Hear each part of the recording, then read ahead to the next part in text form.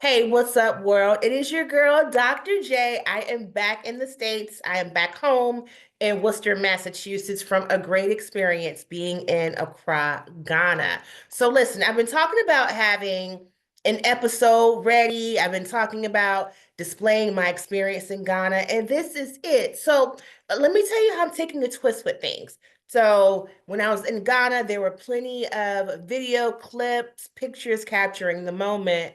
However, when I got back home, I said to myself, you know what? I want to make today's episode sincerely special. And I want to make it even more special because I want to have a guest with me. I want to have someone talking with me, chatting with me, who was in Accra, Ghana with me. So I have someone with me. Now, before I jump into who he is, I want to share that I was in Ghana for about 10 days. I flew directly from JFK. So it was probably like a 9-hour flight going into Accra. Now coming back to the States, that was more like 11 hours. But anyways, in my pictures and videos that you all have seen me post, you'll see this individual in the background, and I would often refer to him as my tour guide. So I remember going crazy about some chocolate ice cream. Listen, Massachusetts, I can't really eat ice cream. Um, Me going to the Jubilee House, and Mr. Desmond Apeku was always by my side, showing me the landscape, showing me the historical destinations, the sites, the visits. And so I have him here with me today. Now, first of all, kudos to you, Mr. Peku, for being here. Right Thank now, it you. is almost 7:30 p.m. my time, Eastern Standard Time, and it is almost 11:30 p.m. with you You are being right. from Ghana. So I'm so excited to have you here with me. So I'm going to give a clap. Woo, woo, woo, woo, woo, woo. That's my special effects. Thank you for being here today. And is it okay if I jump right into my questions for you? Go on. Oh, I'm thank here. you so much. Thank you, thank you, thank you. So, Yeah. so visiting Ghana was very powerful for Mhm. me. My first time being in Ghana, and I mentioned it was powerful for me because I focus a lot on racial and generational trauma. So I'm in the equity, belonging field and anti-racist field, and I speak heavily on what it takes for people of color to heal with racial trauma. So my question to you is this, Mr. Peku. Why do you think it's significant for African Americans to visit Ghana? Mm, very good question. Why do I think it's significant for African American to visit Ghana? First of all, let me say Ghana is a root of the tourism. What do I say so? Ghana holds a special place in the history of the African, diaspora.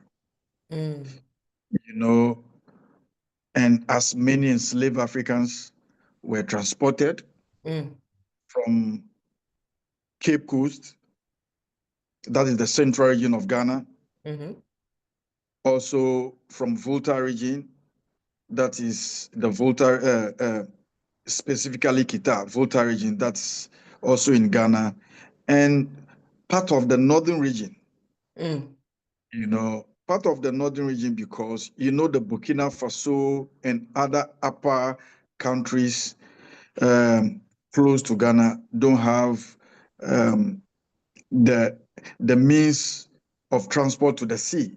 So they mm, use Ghana as a route or route to transport their slaves. So Ghana is, like I said, holds a special place in the history of the African, diaspora. It's also to reconnect with the ancestry. For many African Americans, visiting Ghana is a way to connect with the ancestral homeland, mm, to learn about their history, also to get a deeper understanding of their identity. For me, mm, that is key. Yeah. You should know who you are, where you came from, you know, to be able to know exactly what happened. Hmm. So for me, it is so important that, you know, African Americans visit Ghana.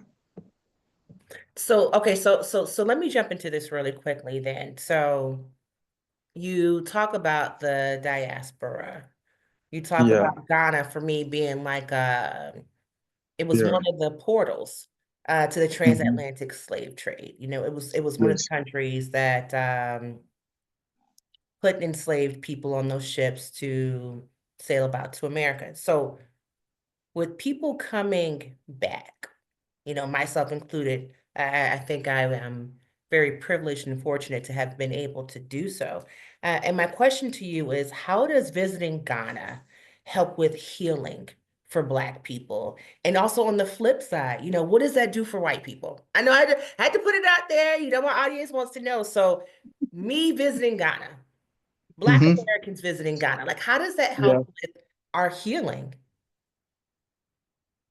How does that help in your healing? Let me put it this way. You Mm-hmm. know, for many Black Americans, stepping foot on the Ghanaian soil, Mm-hmm. on the land of gold, Mm-hmm. Mm. you know, most of them, it is very emotional, very emotional. It is homecoming. I will call it homecoming. All right. Yeah. And I'll call it a spiritual, reconnection, Mm. spiritual reconnection to the motherland. Hmm. You know, that will give you an opportunity to visit, sites like the Cape Coast Castle, Mm-hmm. where it all began, to go through and to the door of no return. In fact, that is one of the things that I would like, our brothers and sisters in the diaspora to visit. Hmm.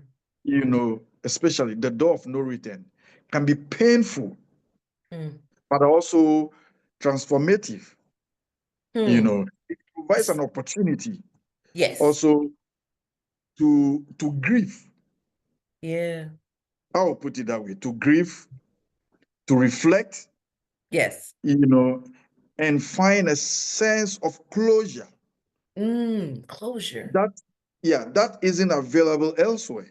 That's the Say most more. Wait, important why do thing. you say that? That sense of closure isn't available else. Okay, what do you mean by that? Why do you say so? What does that mean? Exactly.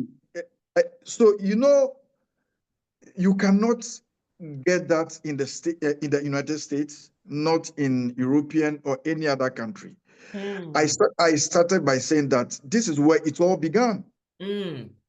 So you can only get a sense of closure when you visit where it all began. Wow. To go through all this, thing that our forefathers, went through. Yeah. Yeah. So Exactly. okay, so if I can jump in. So to my Yeah. audience, I want to say this. Mr. Apeku, you took me to the beach. I can't remember the name of the beach. Um, Labadi Beach. okay, Labadi Pleasure Beach. Labadi Beach. That's it, right? Yeah. Okay, Yeah. Labadi Beach, right? And Yeah. I remember so when we went, it was late at night. Well, it was dark rather. It was late. And to see the Atlantic Ocean. And I don't know about you, but I'll say this for me. When I was standing before the ocean, it was, first of all, the waves were really high, so that stood out to me. And secondly, it was like there was this opening that was calm. And I was standing in Yeah. front of that opening, and I remember saying to myself, wow, I am one of the lucky ones to have come back. No, actually, it goes deeper than that. It goes deeper than that. Um, because millions of Black people were lost with the slave trade, just crossing over and knowing that some of my ancestors survived and that they Mhm. went through their trauma and their hell over here in the States. And fast forward to now, and I'm here.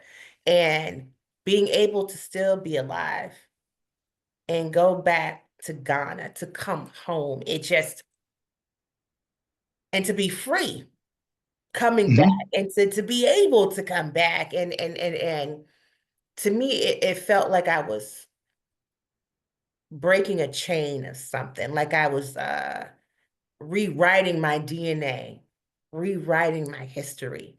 And Kind of relieved. mm, relief. Yeah, Yeah. that's what I felt. That's what I felt. Um, I'm curious to ask you this. So that's how I feel as a Black American.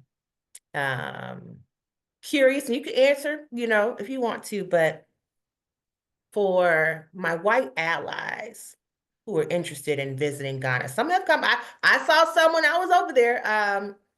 What do you Yeah. think? What Yeah. do you think the impact um, of a trip, of coming to Accra, of coming to Ghana? What do you think that impact could mean for white allies, for my white folks?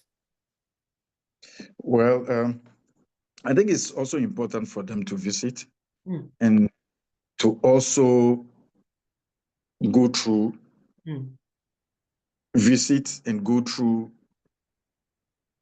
all that. I will not say they, all that, the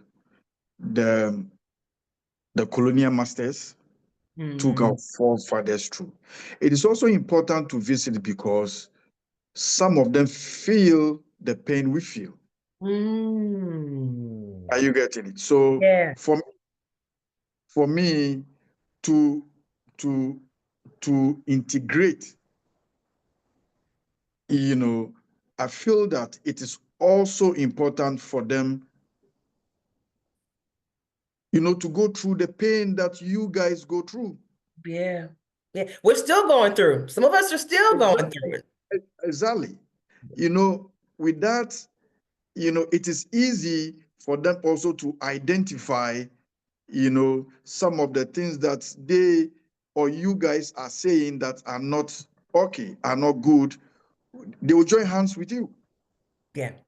Join hands. Okay, so that unity, that belonging, that That coming together, belonging, that unity, exactly. got You it, know, yes, got it, got it's it, got very it. important. Yes, yes, that we go through this. It's needed. It's needed. So Yes.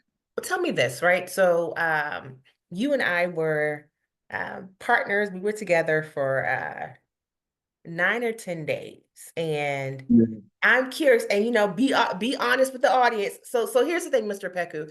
Um, Part of hashtag it could have been me, part of the podcast, there's a session where it's called "We Out Here Now," and pretty much with that term "We Out Here Now," it simply means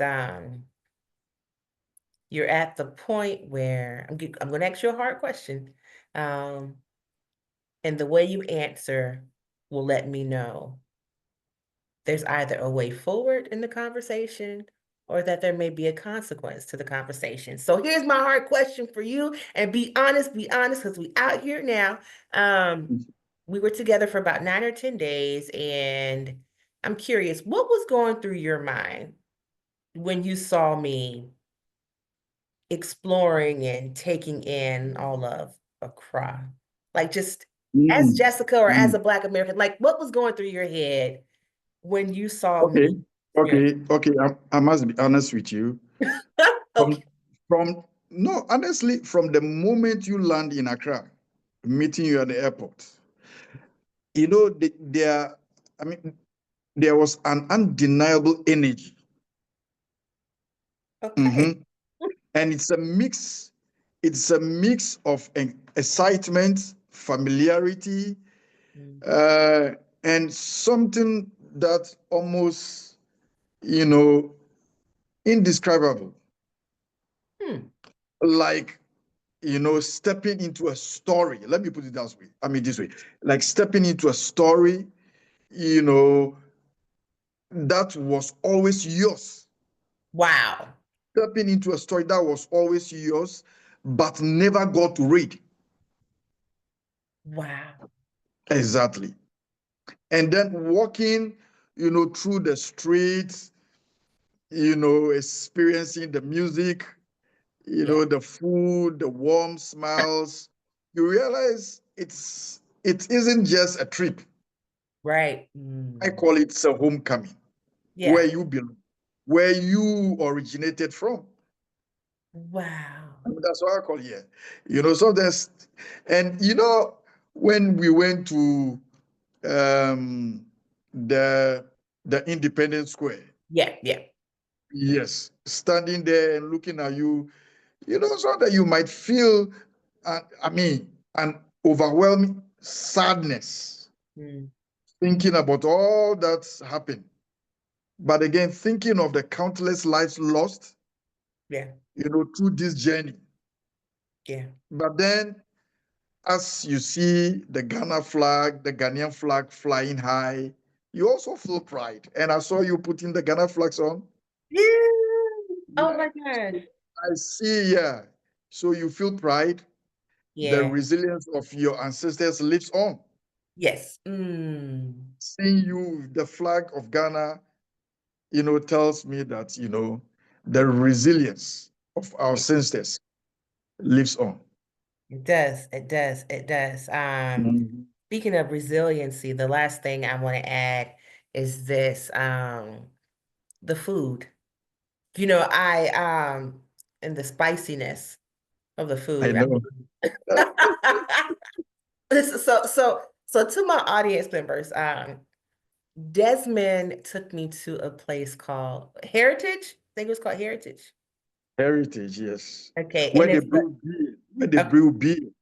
where they brew beer, right? Big brewery. And I remember saying to Desmond, you know, I don't really eat hot food, spicy foods. Mm, mm, mm. And you know, he was so kind, just trying to let the folks know, um, please help out this sister by not making the food too hot.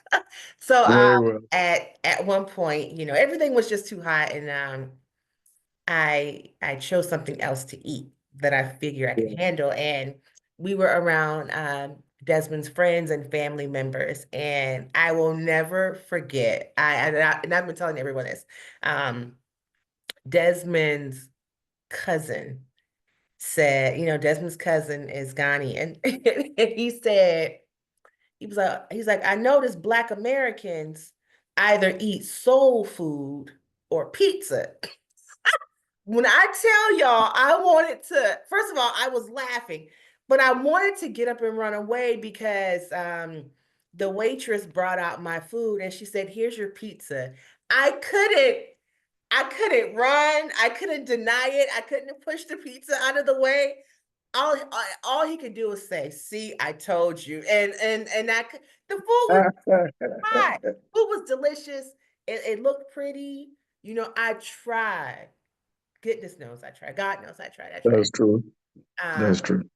but great experience. And Mr. Peku, it's even more of a phenomenal experience just hearing your perspective and hearing you share what you saw in me Mhm. when I came. But I lie. I got one last question before we jump off. Sorry, one last question. It's okay. Yeah. Let's Um, roll. when you look at the current state of affairs of Black Americans, March 2025, I know the struggles that I see that we go through and that we're overcoming, at least trying to overcome. Um, I'm putting myself out there. It's tough. It's hard.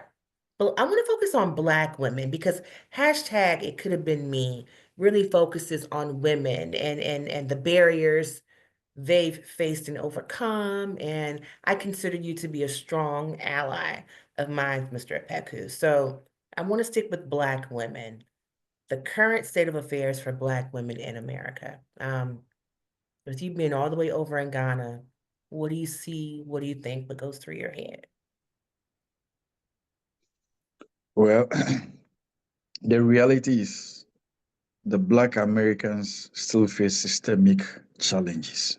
Mm, We know they still face the systemic challenges from economic inequality, mm, the police brutality, yeah, and racial discrimination. Yeah. Yeah. However, there is also an undeniable spirit of Mm. resistance, Yeah. Yeah. innovation, and progress. Yeah. You know, one of the biggest shifts in recent years is the reconnection with Africa, Mm. particularly Ghana. Yeah. More Black Americans are, you know, considering dual citizenship. As I Mm. speak to you, there's a community in Ghana that, you know, they are building, properties. And I can tell you, 80% of that community are being occupied by the Black Americans. 80%? 80%, yes, of that community. Wow. Yes, you know, they are, considering dual, citizenship, investment opportunities, and Really? even relocating Mm. to build a future outside of the struggles, you know, they face in the US. Got it. Got it. Yeah. And Ghana, embrace, you know, Ghana's embrace of the diaspora has given many, Yeah. you know, a renewed sense of purpose. Yes. I will call it so, yes, a renewed sense of purpose, reminding them that they have options beyond the limitations Mhm. imposed by Yeah. the systemic racism. Yeah. Yeah. Well, challenges remain. There's also rising unity, of rising sense of unity, I would say Good. so, and Good. self-determination. Yes. The journey isn't over, but more people are recognizing and, the importance of building bridges across the diaspora to create real change. And Good. that's what we are for, to create a real change. Awesome. Awesome. Yeah. Awesome. Thank you, Mr. Apeku. So ending that, Thank you. opportunities to build real change. That's my takeaway from my experience in Ghana. That's my takeaway with our conversations, our partnership, us coming together. And I do want to add, before we close out, is with hashtag it could have been me and the origins of it.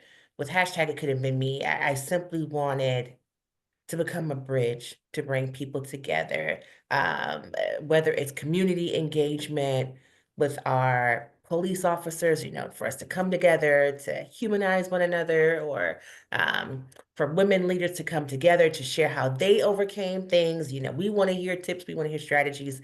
And now coming home to Ghana, knowing that you all have extended your hand, extended your love, extended your acceptance, for Black Americans to visit, to come home, to relocate if necessary. But if you ask me, to create that safe space, to be at peace, to be at one. So I'm going to end our conversation here because in a Thank you. separate clip, I would like to present an opportunity to everyone to come join me in Ghana. So I'll give details in a separate clip. But Mr. Apeku, you are wonderful as always. You are Thank you you. are deep, you are resounding, you are more than intelligent. Thank you. I could just take a piece of you with me and share the love with the rest of the world that you have in store. So I appreciate Thank you. it. Thank you. Thank you, Dr. J. What can I say? What can I say? All right, to my viewers, stay tuned for more. Hashtag it could have been me, my experience in Ghana. Thank you to Mr. Apeku, and we'll take it from there. Thank you.